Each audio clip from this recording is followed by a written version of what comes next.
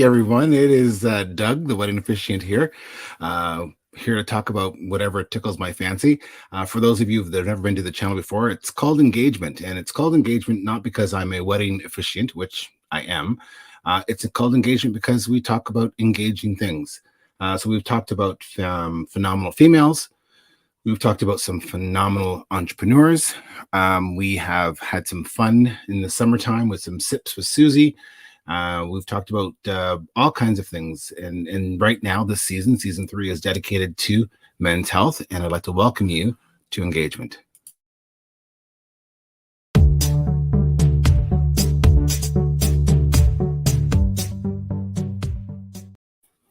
So, a lot of you are used to seeing me on the lighter side of things. I like to have a giggle. I like to have a laugh.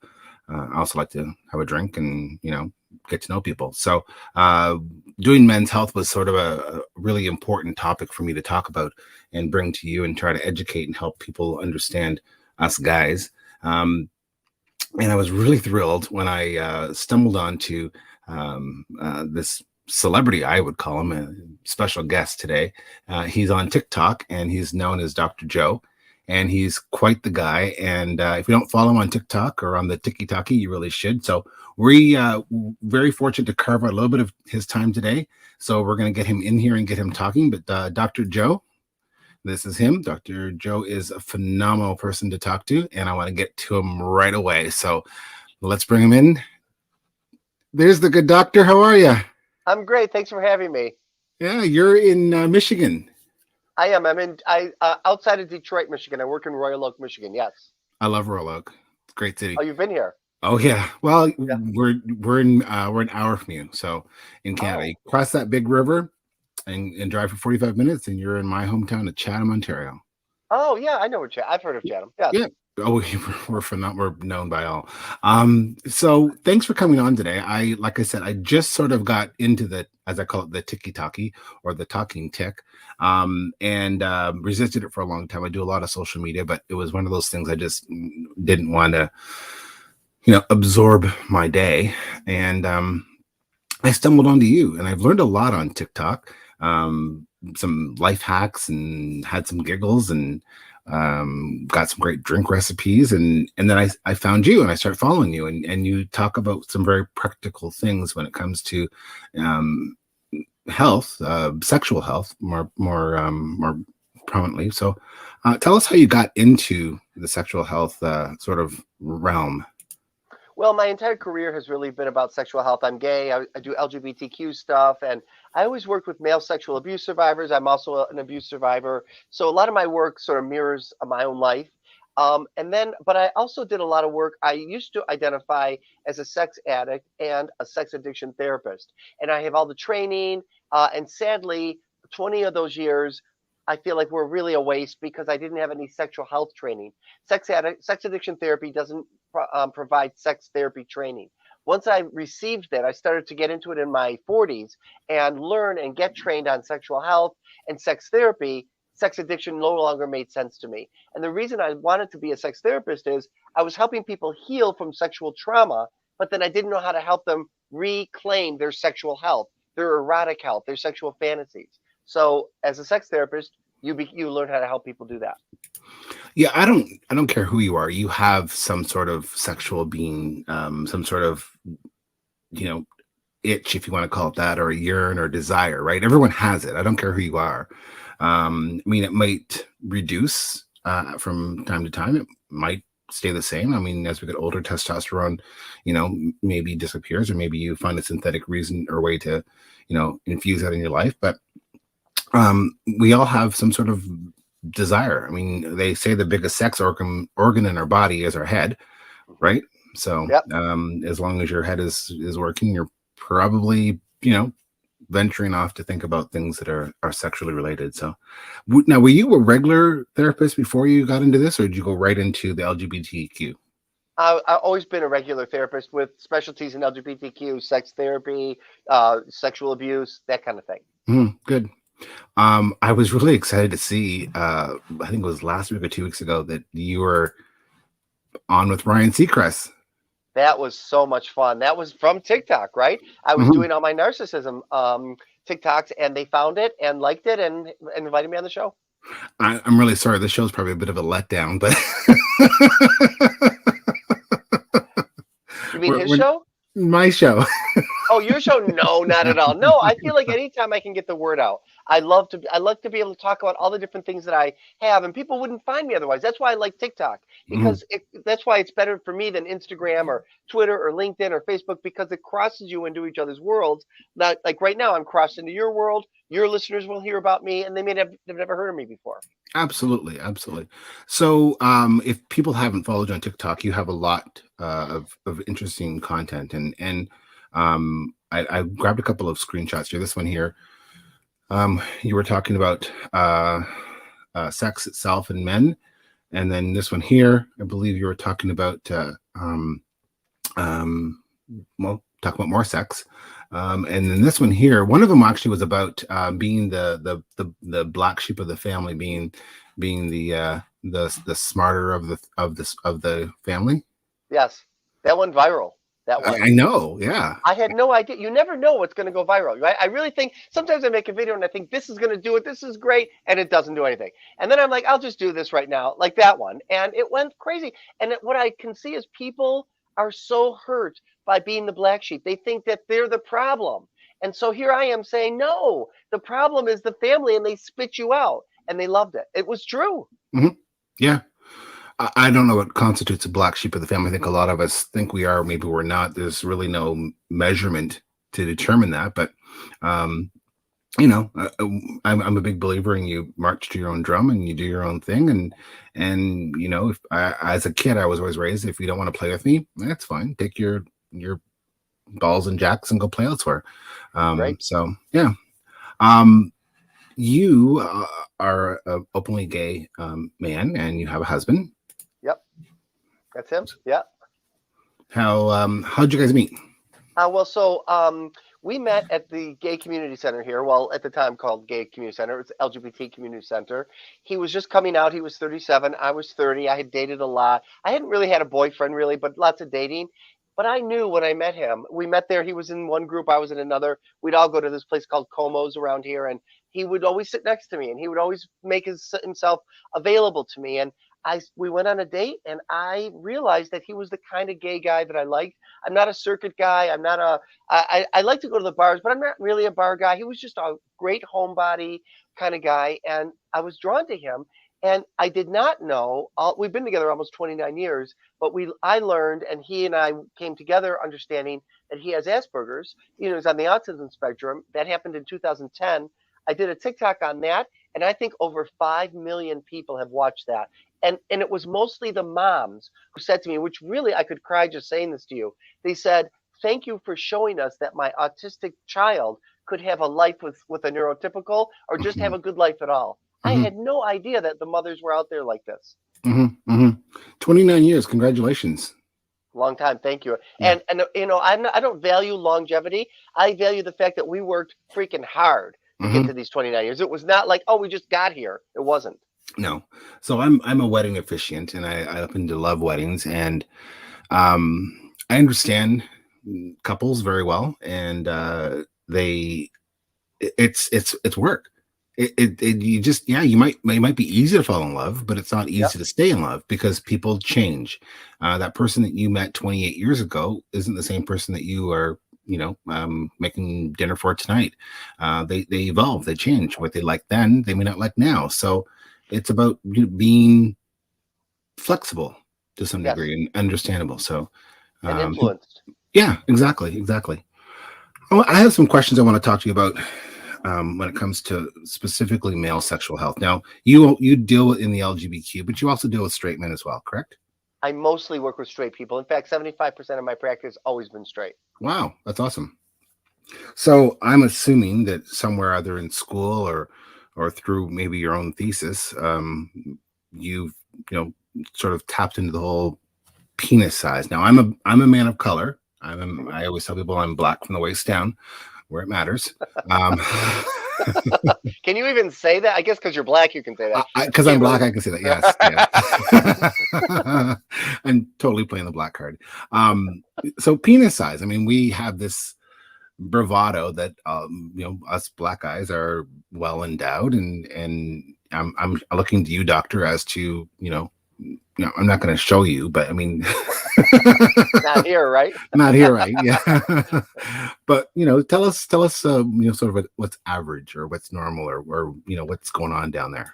There's so many different ideas out there, and I mean, and there's so many different ways men express it, right? So for instance, for a black man or man of color to not have a bigger dick makes him feel incredibly ashamed, right? So men who have smaller dicks already feel ashamed. When you're a black man and you have a smaller dick, you really feel ashamed. And the truth is, you only need 2 inches to enter a vaginal canal to have intercourse with a woman.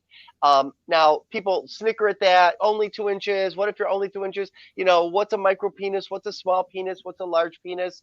I think the average size, I don't know. I think it goes between 4 to 6.5 inches. And then people get really stuck on that. Like, if I'm less, if I'm more.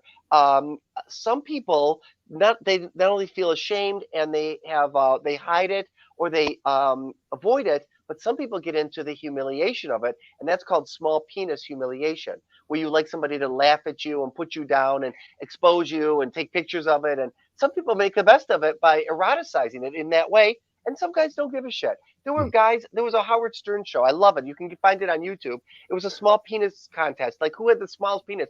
These guys were overweight, in shape, everything in between, and they were in line and they were like, here's my dick. Some were inside them. They were so small, and they didn't care. Yeah, well, I mean, it's yours to play with or use or do with what you want. So, and embrace it. My mother always told me, you have to learn to play with yourself before you can play with others. So did she not say that no, to you? She didn't. No. That's great. So, speaking of playing with yourself, I mean, a lot of guys, find their own pleasure time or special time or whatever you want to call it. And some people, depending on religion or the way they're brought up, or, maybe their mom said, don't touch that, that's dirty, or whatever the case may be. And this is not my understanding or belief, but that's affects people how they think about it, right? I can't play with it because my mom said I shouldn't, or the priest says I shouldn't, or it's a sin or what have you. What's your thoughts on masturbation? I'm all for it. I have no problem with it for people. I don't believe in this, like, November is no nut November or whatever they call it, where guys make a commitment to not masturbate because they think it's a problem. It'll make them more potent. It'll make them more masculine. It'll increase testosterone. We have zero science on any of that. I guess a break is a break. You can take a break from it, but I think pleasuring yourself is part. There was a comic that said that's why God didn't make our hands like this, right? Our arms like this. He made it long enough to touch ourselves, right? Why not? And it should be a conversation you have with a partner. And most straight couples, different sex couples, do not talk about masturbation. Lesbian couples do, gay couples do, but not different sex couples. Well, I mean, for some it's recreation. Really? Recreation, yes. And for some, taking care of that means that they have a clear head. And sometimes it helps you stay monogamous. It helps. True. And people don't understand that, but it does. Mm-hmm. I didn't realize there was a no masturbation month. It's called No Nut November. That's what it's called. So you've sinned if you've nutted this month. I've already sinned several times. Just during this interview. So, I mean, there's Movember, and I know there's like dry October, which also I'm not a fan of. So yeah, I'll just stick with what I'm doing. Now, the other thing about penis size is looking. You guys go to the gym or they're at the urinal pre-COVID when there wasn't, barriers, and guys sort of take a glance over. Whether they're straight or gay, they're just looking to see, comparison, bigger, smaller. What's your thoughts on that? I mean, I think it's normal to look. See, this is the thing. Guys don't know what's normal and what's not normal. And sadly, what they do, even as kids, when we're all kids, we are looking at each other and we're measuring ourselves by flaccid penises, right? Which isn't a good measure because some guys are showers, some guys are growers. And Hmm. so you can't really say that just because he's swinging around out here, that may be the biggest he gets. That guy may have one that's almost inside him, but when he grows, it might be 8 inches. We don't know. But I Hmm. think it's a curiosity men have because you can't see it. Like women can see each other's breasts and compare themselves overtly where men can't. True, true. Now, in the gay community, I don't have the answer to this. So I'm asking this question that just sort of popped into my head. If you need 2 inches to enter the vaginal canal, and you are a male with another male, bigger better, bigger worse? So it depends, right? Bigger means that you enter into, like, a lot of people, a lot of gay men who bottom think they always have to douche and clean themselves out because they're going to evacuate. But that's not true with a smaller penis because that your penis isn't large enough or long enough to go inside the extra part of the anal canal. So a bigger penis might seem great in your mind, but it might hurt, and it might also go into that area where you do evacuate and where you weren't able to completely clear yourself out. Okay. And well, we all have our challenges, right? Whether Yeah. you're whether you're gay or straight, there's always a challenge. So you have written a number of books. I want to make sure that, and I only captured a couple here that I thought would be interesting. So this one here, Yep. Correcting the Erotic Code. Yep, these are booklets. Just so Booklets. people know, they're primers for clients, and now that's an actual book, a That's an full. I actual think book. it's like 500 pages, a long book. Nice. That's awesome. Do you tour around to book tours and I guess COVID, right? Maybe not so Yeah, much. I was. I do more Zoom. Yeah, they're not really book tours. They're presentations on all my different specialties, and Mhm. then I sell my books and they promote my books there. And I'm glad to have them over the years because, and I've had to update them, right? Because everything in LGBT has changed so much. I wrote my first book in 2003. That book had to be updated in 2016 because everything changed. Well, I mean, we have a community in Chatham, Kent, and we have I have friends and I used to have clients that were openly gay, and back in the day it was just queer. Now it's LGBTQ, and now it's LGBTQ2 Plus, plus. Yeah, yep, so they just keep adding on. It's maybe someday though. We're lazy, right? People are lazy. They just want to reduce the name of it, right? yeah. So if it's just easier for people, they just tend to do that. So, um, double standards when it comes to whether it's straight and gay, male and female. I saw one of your TikToks talking about that. I also want to talk about that, and I want to talk about narcissism because I know that's taken off. So, what's your thoughts? The double standard. Here's what I went on. I went on TikTok. My social media team urged me to do it. They said that it would be good for you. You're good on camera. Try it out. So I did. My very first in December. There'll be a year. Went viral, and I think I said something like, I introduced myself. I'm Dr. Joe Kort, and when a man has one non-heterosexual thought, he's stigmatized. When a woman has one non-heterosexual thought, she's fetishized. Both are problematic, and both need to be addressed. But the double standard is a woman gets to have a window of time where she can be with other women and still keep a heterosexual label. A man gets none. If he has one non-heterosexual thought, he is no longer straight. It's gone. And it's stupid. It's such a stupid double standard. And so that's been a lot of my TikToks have been about that. There was an old joke about I built 1,000 bridges, and I was a bridge builder. I sucked one cock, and I'm a cocksucker. Yeah, it is ridiculous. Yes, I love that. And Yeah. we have so much research about straight men who like to suck dick. We have a lot of research and men who admit that they like to receive anal sex from women. It's called pegging, and from men. But it has nothing to do with their sexual orientation. It's about their erotic orientation. And people don't. This is such a nuance. People have never heard of it. You have a sexual orientation to whom you're attracted. You have an erotic orientation, and that's the things that get you off. And it may include different genders than when you're normally used to. Didn't know that. That's very interesting. And I didn't know there was something called pegging. So, Yes. Uncomfortable if your name is Peggy. Or comfortable if she's into it. Well, yeah, exactly. Hey, we don't judge. I think that whatever people want to do, whatever makes you happy, and do it. I mean, life is, especially now, right? Life is had such a pivotal change that whatever makes you happy, and do it, and be open minded about it, and enjoy yourself. So you narcissism, you that took off like crazy for your TikTok. I was really surprised. And actually, I had done some way before. And then I went away from it and got back into the sexuality stuff that I do. But then I decided I'm going to do some more. And oh my God, almost every one of my videos like gets a lot of hits. Some don't. But the videos that have gotten the most attention are when I say to you and to people that you're not a narcissist. You're narcissistically defended. That's different. People don't understand. Like people who are raised by narcissists or in a long-term relationship or work for somebody who's narcissist, over time they worry, am I a narcissist? Am I acting like this person? Am I gaslighting? Am I? And it's normal to do that because you have over-identified with the narcissist.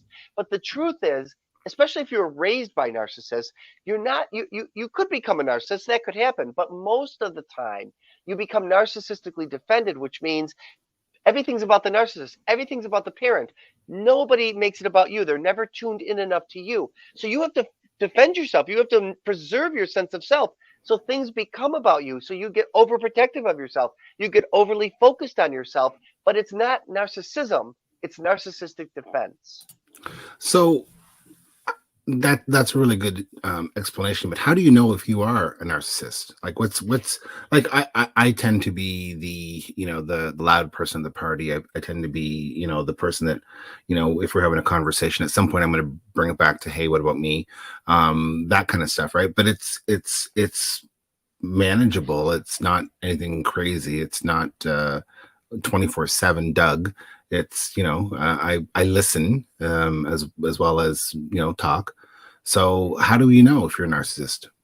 Right there is what you said. You're not that way 24/7. And most people will say, I see this on TikTok a lot. There's a lot of bad information. I think a lot of culturally developed ideas that if you think you're a narcissist, you're not. Well, that's not true. I know a lot of narcissists that wonder, am I a narcissist? But they don't spend much time. They're like, am I a narcissist? No, I'm not. And then they move on. Mm-hmm. The way you know you're not a narcissist is you can accept criticism. You don't maybe like it. You might fight it for a minute, but you can accept it. You don't have this grandiose, I'm the best. I do this my best. I feel I'm at my best in this moment, but there are other people that can do it too. You're not walking around with this 24/7, like you said, always has to be about me. I can share the stage. I can give something over to someone else, even when I don't want to. Narcissists can't do any of that. Mm-hmm. Cool. I think you're, like I said, not to gush or anything, but like I think you are. Can I say the cat's ass? Yeah, I think you're pretty. Means. The cat's ass. Oh, that's like that's way up there. It's like top shelf. Top shelf. Oh, okay. You're pretty cool. Thank you. I watch your videos. I've seen. I think the very first one I saw, you were shirtless. Oh yeah. I want to tell you something. Yeah. I am 58 years old, and I feel so fucking proud of my body and myself that I can take my shirt off and get a bunch of views and get a bunch of likes. Like, I never thought at 58 years old I could do that. So I know people say, oh, you're a sex therapist, you shouldn't do it. I have some people that I work with that say, oh, you shouldn't. Fuck it. This is body. I'm showing my body. I'm not doing sex on there. I love it. So thank you. I don't know what you thought of it, but I feel proud. I loved it. I mean, 58 years old. I mean, I'm 50 something myself, and I only take off my shirt at the pool if there are people that are larger than me. Well, and when I go on gay cruises, I only hang around the bears, the hairy guys, right? So I get it. There you go. Yeah, no, I think you're a brave individual, and I think that if I can give you any advice, just what I do in my own practice when I do weddings is I focus on what it is I want to do and put blinders on, and I did that as a kid. When I was a little kid growing up in a small town outside of Chatham, and I'd play with someone and I'd get called names, sometimes the N-word, sometimes they'd call me a fag, they'd call me whatever, dumb, stupid, whatever. I would say, if you don't want to play with me, that's fine. Take your dinky cars and go elsewhere. I'll play by myself. But those blinders sometimes get beaten off us as we get older and in society. And if you can recapture those at some point in your life and you put them back on, you probably going to be a lot happier when you just do what you do and be who you are. And it's a lot easier to be yourself than to try to be someone else. You do seem comfortable in your own skin. I could tell that. I've always had to be. I mean, I had a challenging upbringing. Life is a challenge, but all those challenges are there for a reason. So yeah, it's good to be comfortable with who you are. So yeah.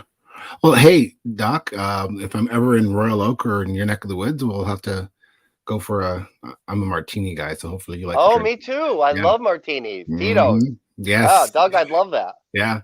And you swear like I do too. So We would have a great time. We'd have a great time. Yes. Excellent. Well, great talking to you. Hang on the line while I wrap this up for everyone else, and I want to give you a little thank you on the backside. So just hang tight. So I'll be here, folks. A great talk with a great guy.